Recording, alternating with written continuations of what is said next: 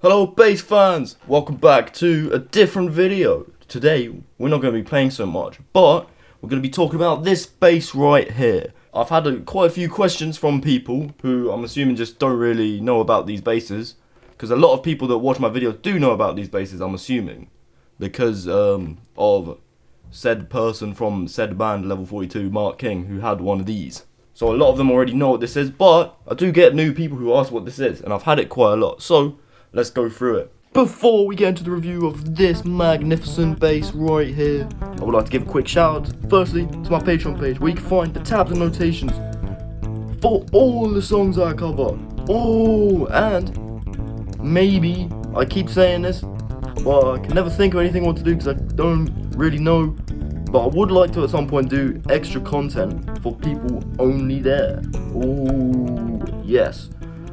Also, another shout out to my album Bassology, which is on all streaming platforms. If you search up Ivan Bosch Bassology, should be there. Also, link is in the description, as well as the link to my band. I do so many things, you should check them out. I want clout, yeah. But anyway, enough yap for me. Let's look at what I have to say about this.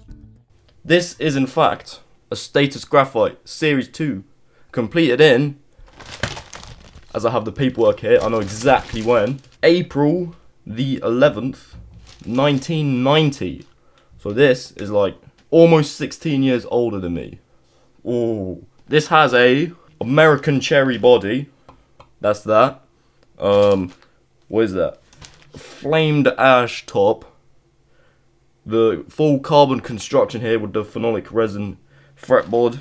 The hyperactive 2 pickups with the Status TB42 or Z. I don't know if that's a 2 or Z. I don't know much about electronics, but that's what this is. As I said, these are most known for, we saw it in the True Colors album from 1984, one of these. The pickups then were different. I don't know too much, but that's about it. But I'm going, what do I think of the bass? If you look at what I've done, I've made an album where every single sound was done on this bass, which you should go check out. The link to that is in the description. So I think that pretty much means I like it.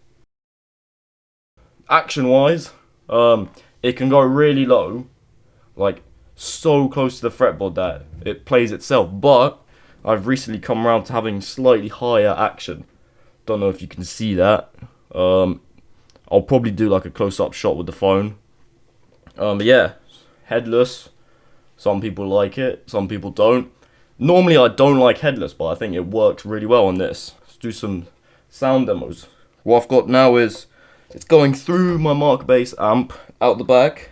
Now it's recording pre-EQ from the amp. So, this is what the bass sounds like. We're starting off with treble all the way up, bass all the way up, both pickups. Let's do some fingerstyle first.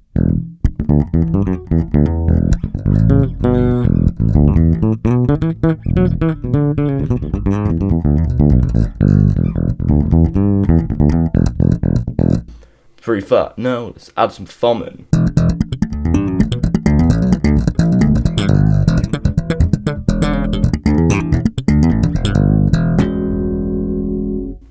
Like I said, really easy to play. Yeah, and it's pretty damn good looking.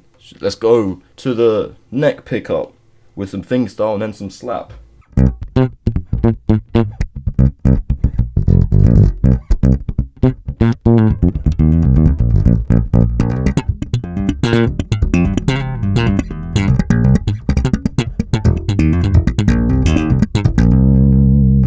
And finally, just the bridge pickup. This is what most people know this bass for.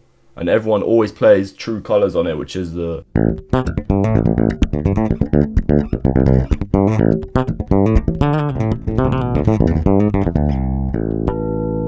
I'm gonna say these strings are quite dead, so not as bright and punchy as it probably could be, but I rather like the sound of this bass once you've got some strings that are pretty dead in it. Not like dead, but once you're about the 4-month point in, I think that's a good spot for them with this, because of how reactive these are. It takes out a bit of the harsh end. This isn't just working for like super bright punchy stuff. Like I think it also works pretty well for, like, you know, that Jacko bridge thing.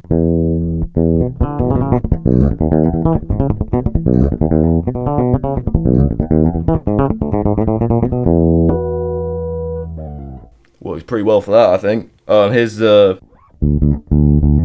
pickups, and then the neck pickup.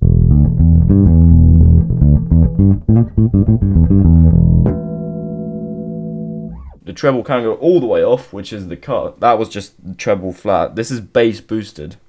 Actually, let's go everything just like flat. So these aren't boosted right now. In the middle.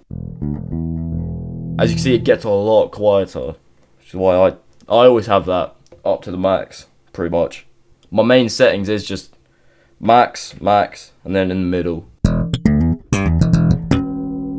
I've come around to using both pickups. I find it a bit more full, and I just prefer the way it sounds, you know. This is supposed to be an active passive switch, but the previous owner, or like one of the previous owners, must have just like wired it so that it's constantly inactive. So probably should get that fixed, but I don't think I'd really have a use to use this in passive. You want to use all the bells and whistles on it because of just how sick it is. You paid for it, you may as well use it. That's what I reckon. I haven't felt the need to do that yet. So the strings I use on this, I get from Bass Center. At the moment, I've got 35 to 95 on there. They're double ball. I want to get the 40 to 100 next. I'm moving off the really thin strings because I can still bend really far on them. I reckon I could still do that fine on the 40 to 100s. It's really easy to play. It's really comfortable as well, so everything just sort of comes naturally on it. One of the downsides is you can't bend harmonics easily. You can still do it like this. Doesn't work as well when you have a headstock and you can push down behind the nut, because this is before the bendwell days of Status. Got that really cool headless bridge. You twist those. I could do that quick. You twist it. Takes a bit of twisting. And then the saddle comes out. As you can see there, the saddle comes out and you just remove the string. That's how that works. But yeah, don't really know what much more there is to say. I'm going to try and think of some negatives to it. I think the main thing really is that it could be not as versatile as some things just because of how the character of it. Especially the stereotypical thing of it. I think a lot of people just assume you have one of these, you're going to be going for that full Mark King 80s thing.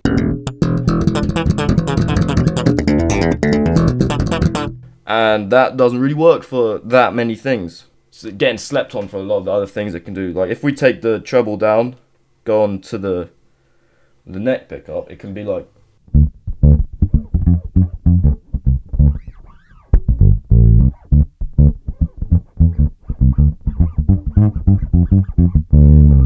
I think it has a really cool character there in it that's just slept on. But yeah, Status Graphite Series 2 from 1990. Don't know much more to say on it. If you have the chance to try one of these, recommend it. Because, to be fair, I recommend trying every single bass you could possibly get your hands on to try. These are expensive, so I had to like give up quite a bit to be able to get this. Got rid of a old Gallion Kruger stack and a Stingray. And as I mentioned in the video where I talk about my bass collection, I gave up going to the World Championships for windsurfing just so we could afford it. Worthy investment though. I reckon these probably go up in price over time anyway, as they have done already. So yeah, that's this. If you want to check out me doing stuff on this, just watch pretty much lots of videos on my channel, as well as like my album Bassology, which you should listen on all streaming platforms. Part 2 is coming soon. Ooh. On that, I make every sound and like drums and chords and stuff on this, except for vocal stuff, which I don't do on this for obvious reasons. So yeah, should definitely check that out. Also, check out the Patreon where I do transcriptions, and that's pretty much it. Make some exclusive content, but not that much. That's the Status Graphite Series 2. Banging bass. Definitely go check them out. I haven't played any other of their basses. I've seen there's the King bass. I haven't done that. Would love to though. If anyone is willing to lend me one, or any bass, if you're willing to lend me a bass, which is brave of you, because I don't know why I said that. I look after things. But yeah, thanks for watching this video. Have a good day that involves bass. So I just realised I didn't play that much in there, so now I'm just gonna play around, play a little solo, mess around with the controls a bit. So yeah, enjoy.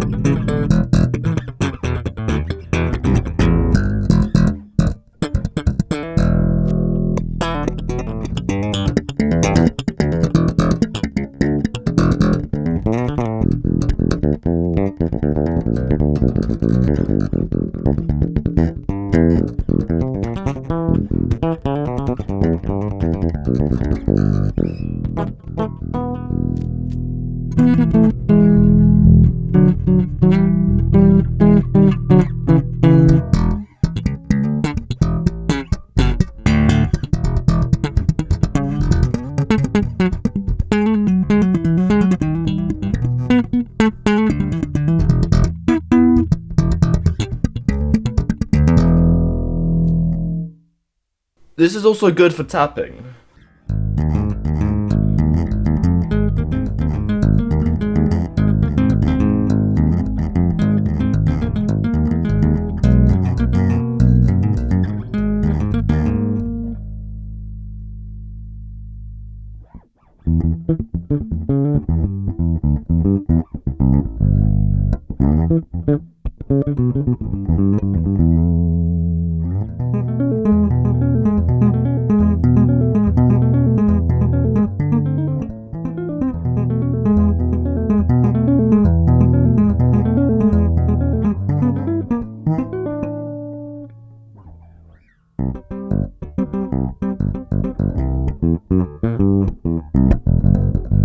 Don't know the rest.